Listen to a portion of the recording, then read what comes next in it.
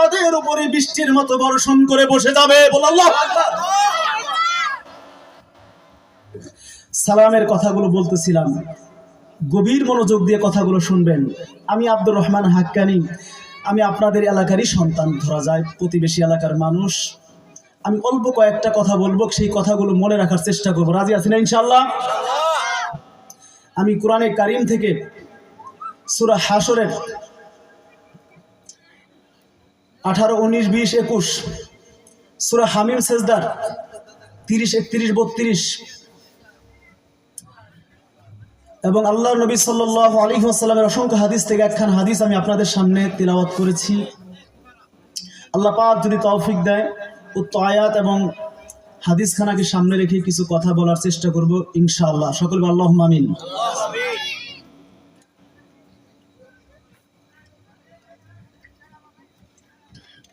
আর সালামের কথাটা এই জন্য বললাম, কিছু মনে কিছু নেবেন না, আমি ফ্রিভাবে কিছু কথা বলতে চাই যেটা আমার সমাজে ঘটেছে। আমার কাছে একজন এসে বলে, হুজুর আমাদের ইমাম সাহেব আমাদেরকে সালাম দেয় না, আমাদের ইমাম সাহেব মুসল্লিদেরকে সালাম দেয় না। এটা আমার এলাকার মসজিদের কথা, দূরের কথা বলতেছি না। আর এই বিষয়গুলো যদি আমরা একটু খেয়াল করি, সালাম দেন আমার ইমাম সাহেব আমাকে, তো আমি তখন উত্তর দিলাম, ইমাম সাহেবের সালামের অপেক্ষায় আমি কেন থাকবো, আমার মুখ বন্ধ কেন?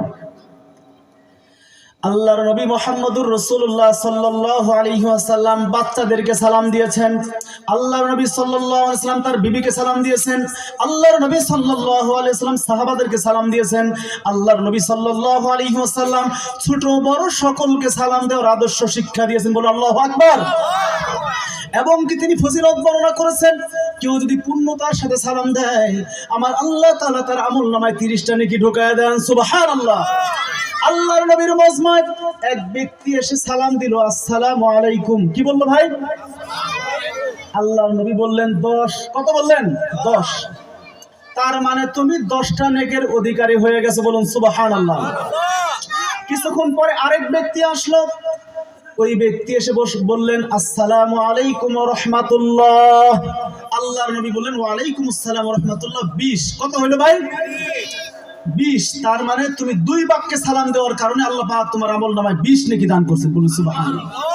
কিছুক্ষণ পরে আরেক ব্যক্তি আসলেন, এসে বললেন আসসালামু আলাইকুম ওয়া রাহমাতুল্লাহি ওয়া বারাকাতুহু।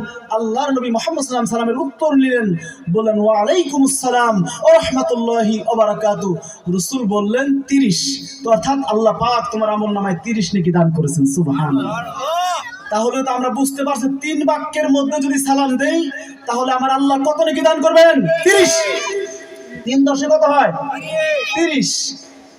আর যদি আমরা ঠিক সালামের উত্তরটাও যদি সেভাবেই নেই, ওয়া আলাইকুমুস সালাম ওয়া রাহমাতুল্লাহি ওয়া বারাকাতুহু, তাহলে সালামের উত্তরদাতাকে আমার আল্লাহ তাআলা 30টা নেকি দিয়ে দিবেন। সুবহানাল্লাহ। এটা হলো সহিহ হাদিস। যারা বলে 90 নেকি 10 নেকি, সালাম দিলে 90, সালাম না নিলে 10, এগুলো কোনো সহিহ হাদিস নাই, এগুলো মানুষের বানানো হাদিস। কি হাদিস ভাই? বানানো। আর সহিহ হাদিস হলো এটা যে যদি কেউ পূর্ণ বাক্যের সাথে সালাম দেয় 3 বাক্যে, আল্লাহ রাব্বুল আলামিন তার আমলনামায় 30টা নেকি ঢোকায় দেন। সুবহানাল্লাহ। আর একটা হাদিস আমি সালাম নিয়ে আপনাদের সামনে বলতেছি, যেটা খুবই ইম্পর্টেন্ট। পয়গম্বর আরবি বলেন, কেউ যদি দৈনিক 20 জন লোককে সালাম দেয়, কয়জন লোককে? 20 জন। কয়জন লোককে সালাম দেয়? 20 জন। কয়জন? আর ওই দিন যদি সে ইন্তেকাল করে, আমার আল্লাহ তাকে শাহাদাতের মাকাম দান করেন। সুবহানাল্লাহ। দেখেন কত সুন্দর।